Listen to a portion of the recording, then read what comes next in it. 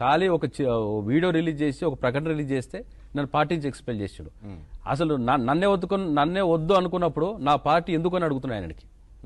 జగన్మోహన్ రెడ్డి గారికి నన్ను వద్దు అనుకున్నప్పుడు నా పార్టీ ఎందుకు నీకు, సొంత పార్టీ పెట్టుకో, నడుపుకో, ఆంధ్రప్రదేశ్లో హ్యాపీగా, నేను ఎవరు అబ్జెక్ట్ చేయరు, నా పార్టీని ఆ పార్టీని ఇచ్చేసి తెలంగాణ బతికించుకుంటా. స్పందించరు కూడా. కఠినాత్ములు వాళ్ళు, కఠినమైన మనసు ఉన్నటువంటి మనుషులు. 9.5 సంవత్సరాల పార్టీ కోసం కష్టపడిన వాళ్ళకి అక్కడ స్థానం లేదు. ఆర్థిక పరంగా ఉన్నవారికి అక్కడ స్థానం ఉంది. అదే నేను శివారెడ్డి అయితే నాకు మంచి ప్రాధాన్యత ఉంటుండే. లేకపోతే శివకుమార్ అయినందువల్ల వాల్యూ లేదంటారా? శివారెడ్డి అయితే నాకు అక్కడ నన్ను ఎక్స్పెల్షన్ ఉండదు నాకు ఇక్కడ. అంటే మీరు చెప్తున్నట్టు వైఎస్ఆర్సీపీలో ఆ సామాజిక వర్గానికి పెద్దపీట వేస్తారంటారా? అది నేను చెప్పేది ఓపెన్ గా తెలుసు మీకు, అక్కడ అందరు అదే జరుగుతుంది కదా.